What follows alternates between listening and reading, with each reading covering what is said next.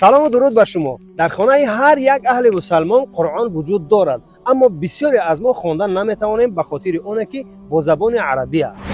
حالا باشد راه حل این معما را برای شما بیان میکنیم. کلام الله و ترجمه.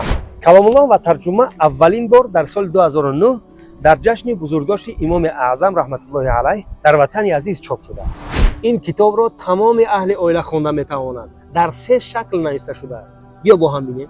بسم الله الرحمن الرحیم گفته میکشیم. مثلا سوره عصر: والعصر ان الانسان لفی خسر، والعصر ان الانسان لفی خسر.